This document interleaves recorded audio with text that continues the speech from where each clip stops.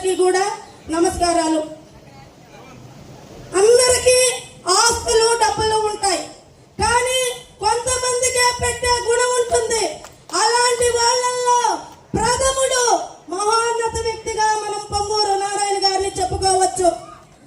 పాతకాలంలో జమీందారులు రాజులు వాళ్ళ ఆస్తులు అవి దానం చేశారని విన్నాము, వాళ్ళ పెద్దలు వాళ్ళు సంపాదించినవి. కానీ ఆయన తల్లిదండ్రులు ఆస్తులు పూర్వీకుల ఆస్తులు కాకుండా కష్టపడి ఆయన సంపాదించిన ఆస్తి ఈ విధంగా మనకు మామూలుగా సంక్రాంతికి ఒకేసారి వస్తుంది, సంవత్సరానికి ఒకసారి. మాకు 2 నెలలకు ఒకసారి సంక్రాంతి తెప్పిస్తున్నారు మన సార్ నారాయణ గారు. సార్ మీరు ఏం చేశారని మేము చెప్పుకోగలము, ఏమి చేయలేదో చెప్పుకోవాలంటే వెతుక్కోవాల్సి వస్తుంది. అన్నని ఇన్నని అదని ఇదని కాదు, ప్రతి ఒక్కటి చేస్తున్నారు.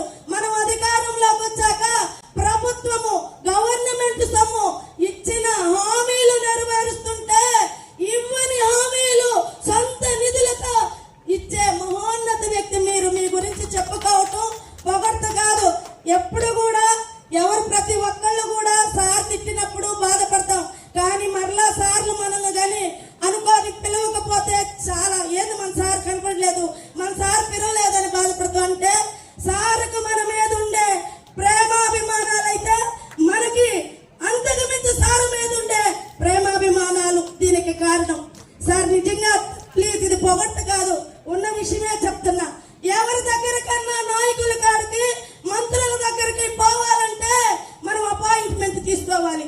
కానీ ఆయన వారానికి 2-3 రోజులు వచ్చి మనందరిని కూర్చోబెట్టుకొని భోజనాలు పెట్టి మనతో 3 గంటలు డిస్కస్ చేసి సలహాల్లాగా మనవి కూడా తీసుకుంటూ చేసిన గొప్ప వ్యక్తి సార్ మీరు. మా నెల్లూరు చరిత్రలో నిలిచిపోయే అద్భుతమైన వ్యక్తి సార్ మీరు. కాబట్టి ఎక్కువ మాట్లాడద్దంటున్నారు. సారు మామూలుగా ప్రతిపక్షంలో మనల్ని ఇబ్బందులు పెడితే మరలా అధికార పార్టీ వచ్చాక మనం ఏం చేస్తాము అని వాళ్ళు ఎక్కడా కూడా అనుకుంటా ఉంటారు, భయభ్రాంతులుగా ఉంటారు.